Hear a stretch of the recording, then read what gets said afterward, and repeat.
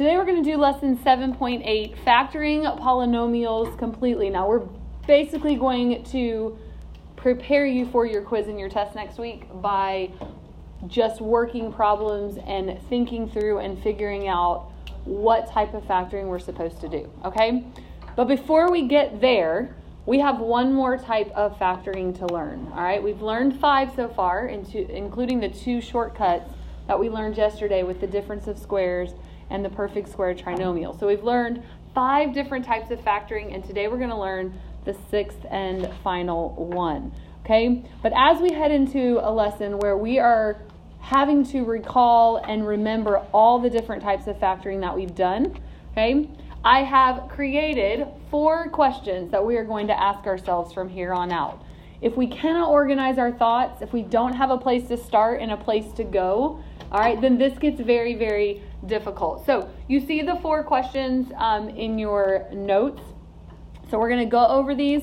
We're also going to talk about the types of polynomials that we've learned about, the shortcuts that we've learned, and the other different types of factoring that we've done. So you're going to add these into your notes. As we move through these questions, we're going to highlight them. All right. So the very first question that we're going to ask is there a GCF? Because remember, no matter what type of factoring we end up doing, we have to pull the GCF out before we can do anything else. So, is there a GCF is the very first question that we're going to ask ourselves. Question number 2, what type of polynomial is it? Because depending on the type of polynomial is going to depend, is there a shortcut and what kind of factoring that we're going to do. So, what are the 2 types of polynomials that we have learned to factor so far? Because there's 3 blanks, but you're like, we've only learned 2 types so far. What's the first type of polynomial that we've learned? Binomial. A binomial, all right? And this is the only binomial that we learned, the shortcut binomial. So we have learned how to factor a certain kind of binomial. What else have we learned how to factor? Trinomials. That's been the bulk of what we've learned, okay? Now this third line is for what we're going to learn today. And here's what we're going to learn today. We're going to learn how to factor a 4-term polynomial. Okay, and I'm just going to use the abbreviated word poly. Okay, but it's a 4-term polynomial. Remember, polynomials are anything with terms over 3, and we're going to focus on what happens or how do we factor a 4-term polynomial. Now that's the second question. All right, the third question is there a shortcut? Because remember, the binomials have a shortcut, and there is a certain trinomial that has a shortcut. So does anybody remember those special names? What were the 2 shortcuts that we learned and we practiced yesterday in our activity? Difference of squares. All right, so we're going to list that first. The difference of squares. That is the only binomial that we have learned how to factor, the difference of squares. And I'm abbreviating square SQ, so you can do that or you can write it out. All right, what is the second shortcut that we learned? The perfect, good. Square, trinomial, good. All right, the perfect square trinomial. So those are our 2 shortcuts. Those are also types of factoring, if you were ever asked to list the different types of factoring.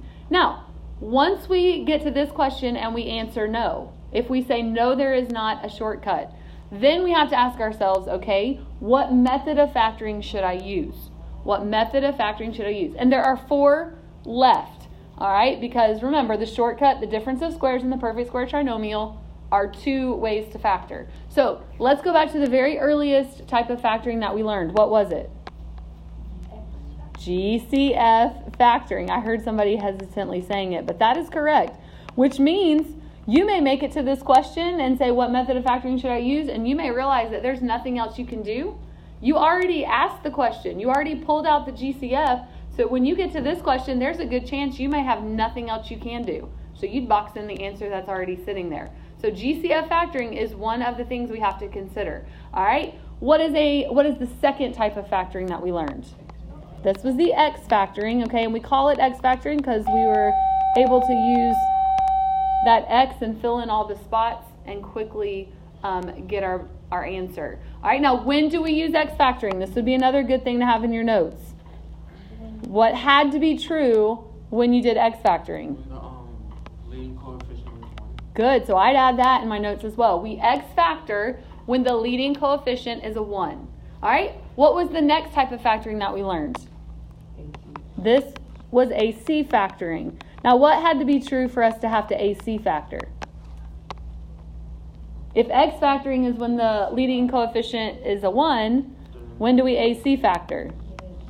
All right, so what if we put LC, an equal sign, let's put a slash through it, and a 1. Okay, that still keeps it simple, but when the leading coefficient is not a 1, when it's anything other than 1, we have to do that AC factoring, all right? And there is a fourth line. You're like, Ms. Johnson, I don't know anymore. Well, that's because I haven't taught you this last one yet, but we are going to go ahead and write it down and fill in the blank. The last type of factoring that you're going to learn today is grouping.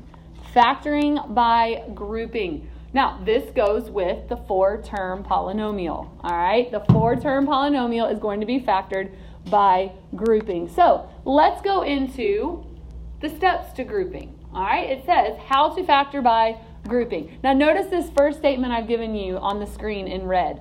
Grouping only works when there are 4 terms. So, take your highlighter and let's highlight. Grouping only works in 4 terms. All right, we want those things to stand out. Grouping is only going to work if we have 4 terms. Now, look how we group. 3 very simple steps. We group the first 2 terms together and the second 2 terms together. Now, we're grouping them in parentheses. All right, we're going to group them in parentheses. So if you want to add that to your notes, you can. Once we have grouped the first 2 terms together and the second 2 terms together, we're going to pull the GCF out of each set of parentheses. All right.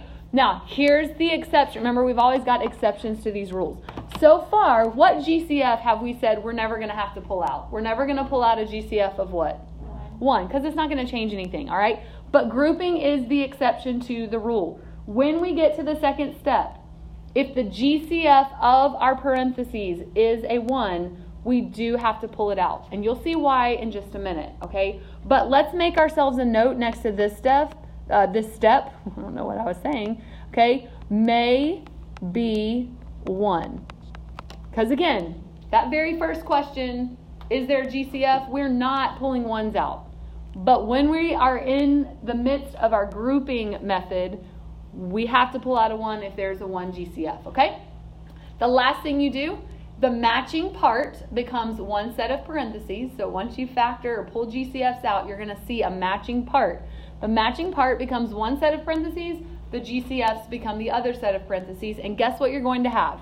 2 binomials that are multiplied by each other. So your final answer is still going to be the product of 2 binomials, okay? Now, let's practice it. If you look at example 1, it says factor the polynomial by grouping. Now, today it's telling you what to do, all right? Eventually it's just going to say factor completely, but right now it says factor the polynomial by grouping. So look at letter A. Let's start with question number 1. What is question number 1? Look at the top of your notes. What is question number 1 that we highlighted? Is there a GCF? Is there a GCF? Okay. And just 1 second. Let me go back. Did we highlight all of our questions? Make sure you highlighted, is there a GCF? What type of polynomial is it? Is there a shortcut? And what method of factoring should I use? All right. I meant to have you highlight because I want those 4 questions to stand out as we work through our notes today. All right, so get all 4 questions highlighted. And let's go back to letter A. What is the first question we're asking?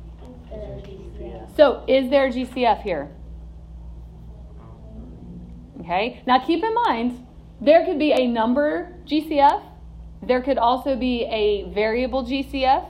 There could be both. Okay, but if you're looking at this, and I always start with the number, is there a number GCF for this problem? Yeah. No. It's a 1, right? But we're not pulling it out at this point. Okay. What about a variable? Is there a variable that is in every single term? No. All right, so there is no GCF. So the second question we ask, what type of polynomial is it? So what type of polynomial is this? 4 terms. So once we recognize we have 4 terms, we skip the third question. There is no shortcut for a 4-term polynomial. So that leads us straight into what type of factoring am I going to use? And obviously, if there are 4 terms, what is the factoring that we're going to do? Grouping. All right, good. So let's follow the steps for grouping. We're supposed to group the first 2 terms together. which is the a cubed plus 3a squared. And we're supposed to group the second two terms together. So notice when I group the sign in the parentheses. Don't leave the sign outside because then it gets really confusing. All right, so we're grouping. That's a positive a and that's a positive 3. Now, we look at each parenthesis separately. So we're looking at a cubed plus 3a squared and asking again, what's the GCF? Again, it could be a number or a variable. It could be a number and a variable. But what is the GCF of this first set of parentheses? A. All right, and it is absolutely a squared. Very good. Okay, there's an a in both terms. Remember, we pull out the smallest exponent because the smallest exponent is going to go into both terms. Okay, now we divide. A cubed divided by a squared leaves us with what? Good. Remember, there were 3 a's to start with. We took 2 of them out, so that leaves us with 1. We drop that sign. What is 3a squared divided by a squared?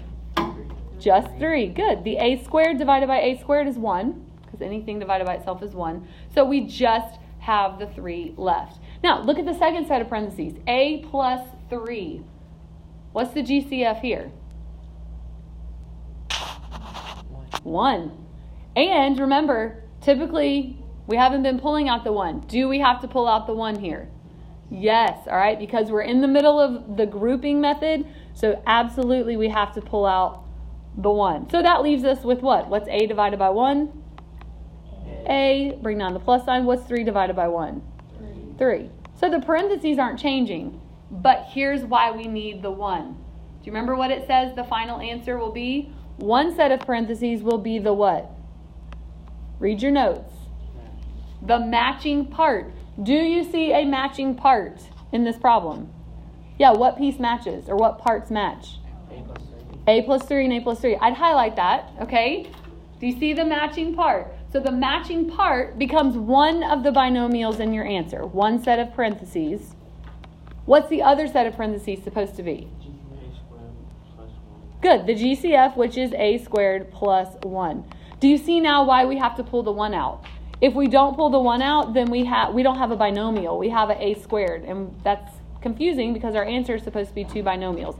So that's why in the middle of grouping, we do pull out that GCF of 1. Now, before you box this in, you always look in the parentheses and ask, will this factor further?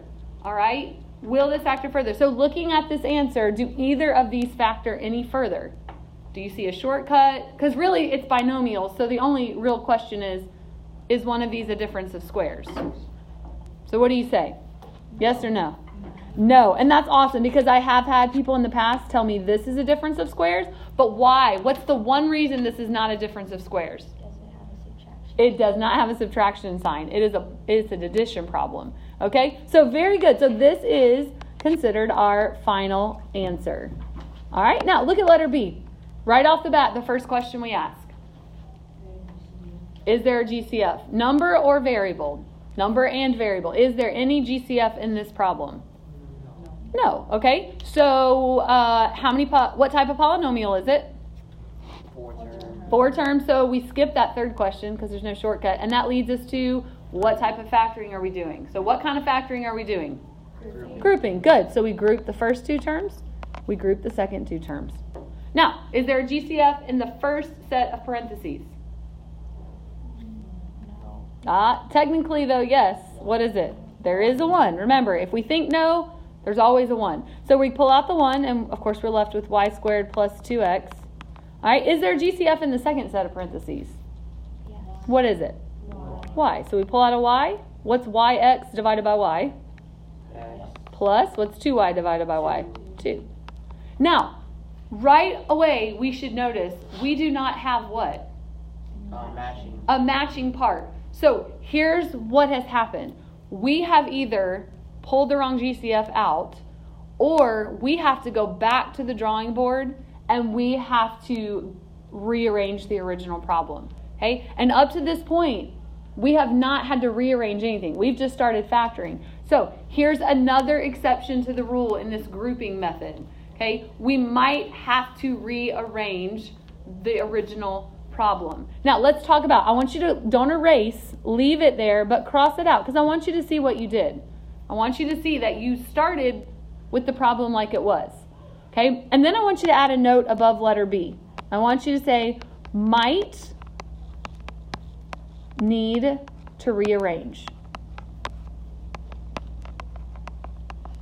Might. Okay, we're not saying we do have to, but we might. And this is a case where we have to. Now, really, all we got to do is we got to put some like terms together.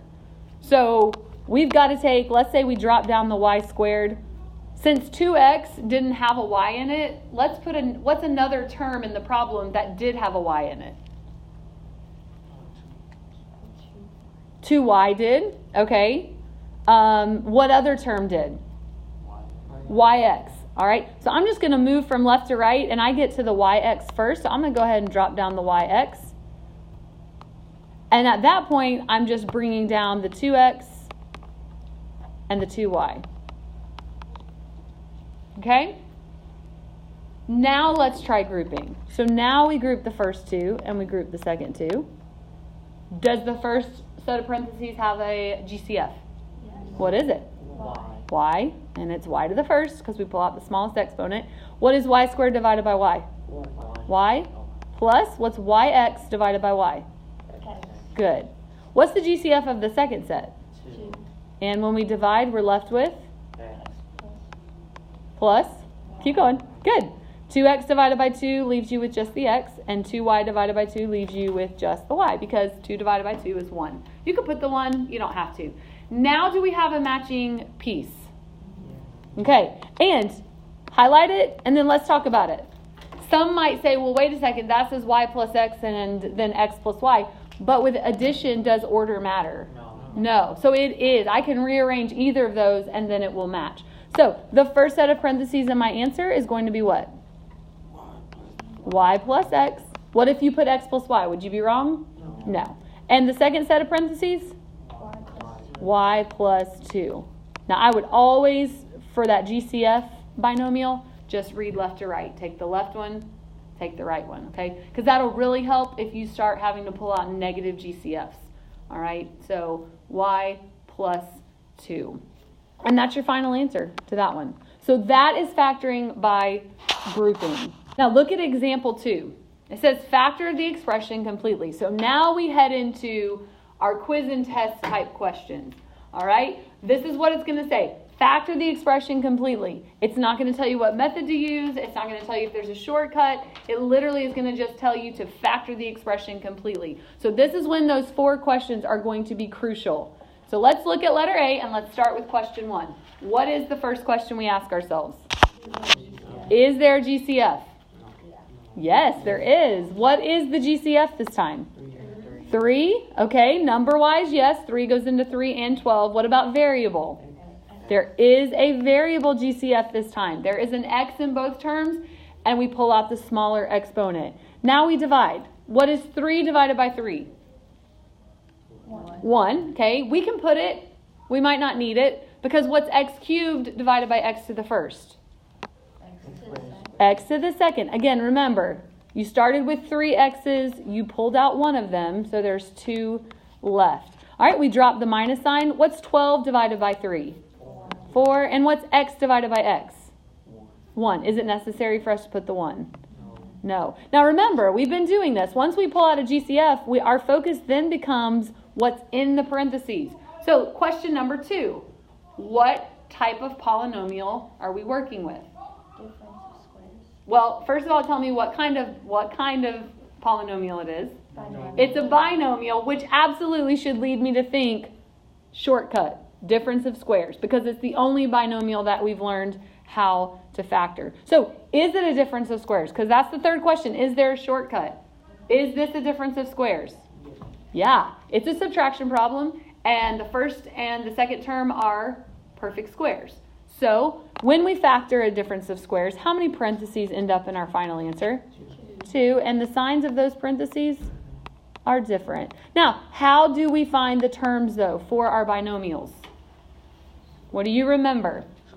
We square root the first term, and we square root the second term. Now, if you're still at that point where you'd like to throw the radicals over the terms, I'm totally fine with it. Okay, or you can just do it in your head. But what is the square root of x squared? So each parenthesis gets an x, and what's the square root of 4? 2. Each parenthesis gets a 2. Now, what do we have to make sure we bring down into our final answer? The The GCF. GCF. Don't leave the GCF out. And just a real quick look, do either of those binomials factor any further? No. So we box this in. That's probably a scenario you're going to see more when you get to Algebra 2, but it's good to already be kind of looking for it. All right, letter B. Letter B. First question we ask, what is it? Is there a GCF? Is there a GCF? So what's your answer to that? Is there a GCF? Yes. All right, what is it? 2. 2 for the number. Is there a variable GCF? Y. Good. There is a y in every single term, and we pull out y to the what power? Good. There's a 3, there's a 2, and there's a 1, and we're supposed to pull out the smallest exponent. So very good. We're pulling out a y. Now we start to divide. What's 2y cubed divided by 2y? Y squared. 2 divided by 2 is 1. We can put it, we can leave it off. Y cubed divided by y1 is y squared. Okay, drop the minus sign. What's 12 divided by 2? 6. And what's y squared divided by y? Good. Drop the plus sign. What's 18y divided by 2y? 9. Very good, because 18 divided by 2 is 9, and y divided by y is 1. Now, our focus. And the second question we ask, what type of polynomial is it?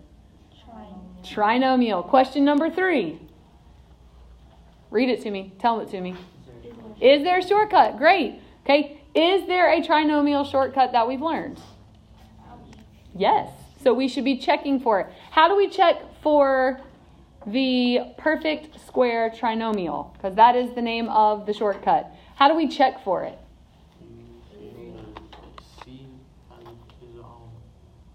We look at the first term and we look at the third term. Now, include the sign of the third term, because what does it have to be? What does that second sign have to be for this to work? Positive. If that second sign is not a positive, we don't even have to consider the shortcut anymore, because it's not going to work. All right? Are the terms perfect squares? Yeah. So this is probably, most likely, a shortcut problem. We're going to treat it as such. All right? How many parentheses are in the final answer for this shortcut? 1. And that parenthesis is raised to the second power. What sign goes in our answer? Negative. Good. The first sign in the trinomial is the sign in the answer. So we've got our minus sign. And how do we find the terms of our binomial? Square root the first term and square root the third term. Again, put the little square root if you want, or just do it in your head. What is the square root of y squared? 1. And the square root of 9? 3. Now, this looks really great, but what do we have to do? We have to check and make sure that these terms get us that middle term. Because just because we can find the square roots of the first and the third term doesn't mean together they're going to give us the middle term. So what is the little formula we do off to the side? 2 times a times b. What is the a in our answer?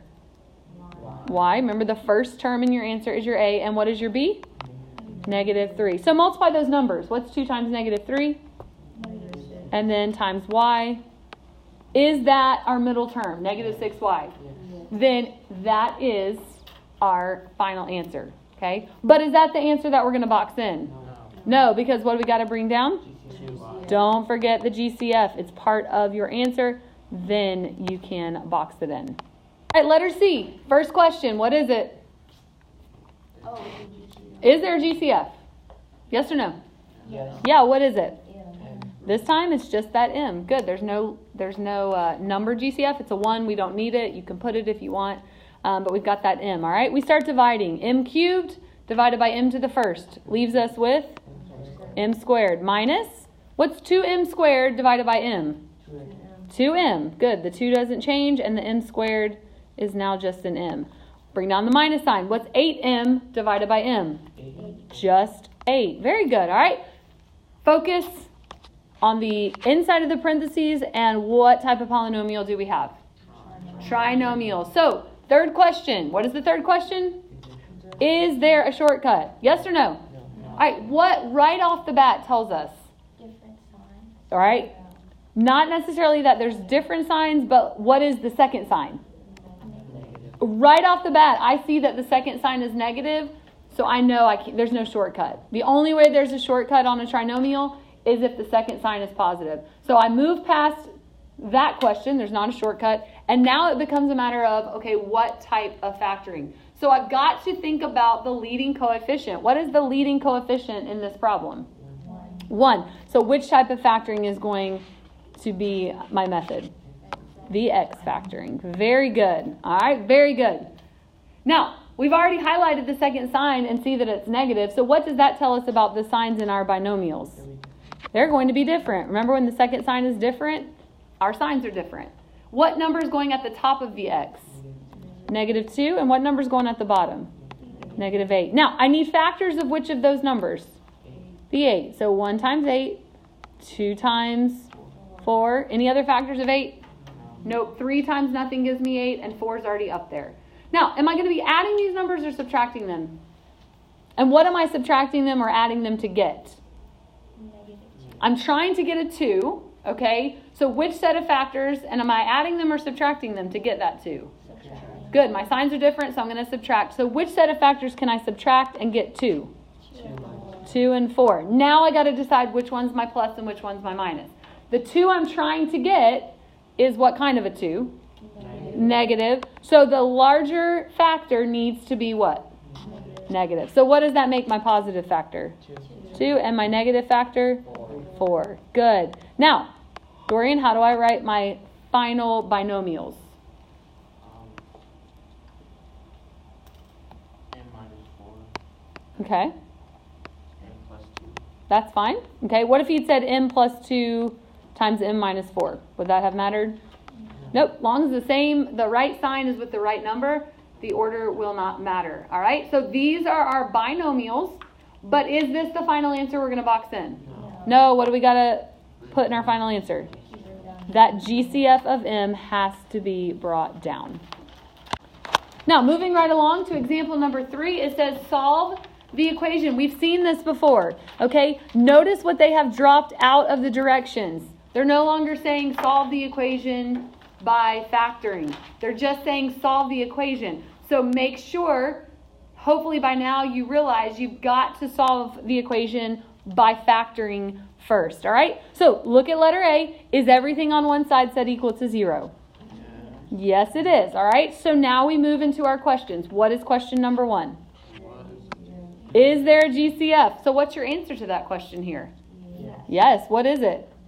Good. We just have a WGCF this time, so we start dividing. What's W cubed divided by W to the first? W squared. Drop the minus sign. What is 8W squared divided by W? Good. The 8 doesn't change. And W squared divided by W to the first is just W to the first. Drop the plus sign. What's 16W divided by W? 16. All right. We close the parentheses. And remember, we bring down what we have not used. So we bring down the equals 0. Now, our focus is in the parentheses, and we go to question number 2. What is question number 2? What kind of polynomial is it? So what kind of polynomial do we have? Trinomial. So that leads me to question 3. What is question 3? Shortcut. Is there a shortcut? All right. So what are we looking at to decide if there's a shortcut? Okay, first and third. Mainly because hopefully you recognize right away that the second sign is positive like it's supposed to be. So we got to look at the first and the third terms. What are we looking for? Let's make sure we understand. What are we looking for when we look at the first and the third terms? If they're perfect squares. Because if they're not perfect squares, then we've got to move on to question 4. Okay, are these perfect squares? Yes. So this is a shortcut problem. How many sets of parentheses are going to be in our answer since this is a shortcut? 1, and it's going to be squared, raised to the second power. What will the sign be? Good. The first sign in the trinomial comes down into the answer. And how do we find the terms? Square root. Again, you can continue to put it or you can just do it in your head. What is the square root of W squared? And the square root of 16?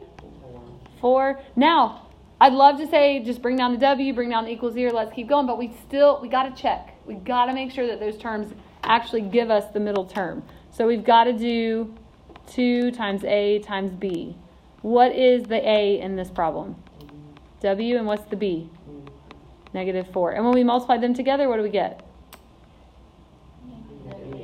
got ahead of you. Good. Negative 8w. Is that the middle term? Yes. Okay, good. So now we can bring down what we have not used. We have not used the w, and we have not used the equals 0. Now, once you have it factored, you can begin to solve the equation, but you got to set up the equations first.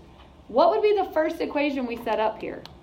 W equals 0. Very good. Each piece that we're multiplying has to be set up into its own equation, so set it equal to 0. So W equals 0, and we can go ahead and box that in because W is isolated. What's the second equation we're setting up here? W minus 4 equals 0, and how do we solve for this W? We add 4 to both sides, so W equals 4. Awesome. Keep circling that. We should be boxing it because it's our final answer. Look at letter B. Is everything on one side set equal to 0? All right, because we can't start factoring to solve the equation until everything is on one side set equal to 0. So what is the first question that we ask ourselves? So is there a GCF? No, there's not a number GCF, there's not a variable GCF, there's no GCF. So we move to question 2, which is?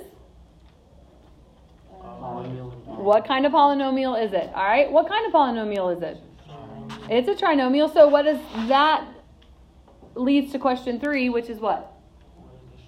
Is there a shortcut? So looking at this trinomial, we see that there is a plus sign for the second sign, which is great. Okay, but when we check the first and the third terms, what do we notice? They're not perfect squares. So is there a shortcut? No, there is not a shortcut. So that leads us to our final question, question number 4, which is what?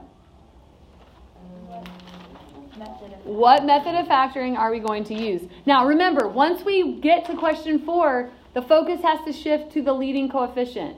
All right? What is the leading coefficient here? 3. So what type of factoring are we going to have to do? AC factoring. All right? Now let's work through this because I know it's been a couple days. What is the first thing we do when we realize we're AC factoring? Okay, but let's use the verbiage. Do you remember the verbiage? We're going to slide and multiply. Because we're going to slide, we're going to take the A, the leading coefficient, we're going to slide over here to the C and we're going to multiply. So AC is going to equal what? 18. 3 times 6 is 18. Now, once we have slide and multiplied, what do? We drop the X. We start our X factoring. All right? The signs. How are we going to figure out the signs?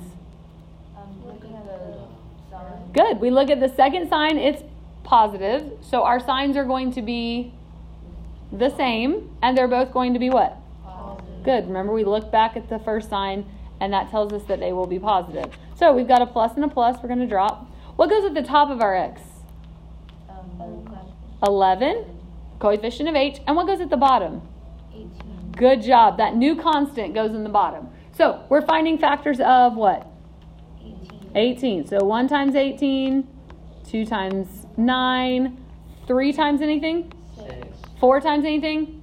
No. 5 times anything? No. Nope, and 6 is already up there. All right, are we going to be adding these factors or subtracting them? Adding. And we're trying to add and get what? 11. So which set of factors are we using? 2 times. 2 and 9. And since the signs are the same, it doesn't matter which one I put where. So, Coy, what is my binomial? What will my binomials be? H plus 2 times H plus 9. H plus 2 times H plus 9. Now, it's instinct to box this in, but remember, go back to the start. If you had to slide and multiply, now you have to slide and divide. And think about what, you slid the 3 over to the 6, right? So you are sliding the same number down here. And what are you supposed to be doing with it? Dividing it. We're dividing it by both of our factors. Okay? Now, does 2 divided by 3 divide evenly? No. So what happens here? The 3 makes the... Okay, what is that step called? What's the verbiage that we've used? Bottoms. Bottoms up. Okay, we're taking the number at the bottom, we're sliding it up in front of the variable. So our binomial will now be what? 3h plus 2. 3h plus 2. Does 9 divide by 3 evenly? Yeah, so what's the second binomial? h plus 3. H plus 3. All right? Is there anything for us to bring down? No. Are you sure? Bring down what we have not used, and we have not used the equals 0. Very good. Very good. All right? And listen, that might be another thing that would be a good thing at the beginning. Highlight that equals 0, okay, or recognize that equals 0 so you don't forget it at the end. But we're sliding down that equals 0. We're bringing it down. And how do we set up and solve the equations? What's the first equation we're going to set up and solve?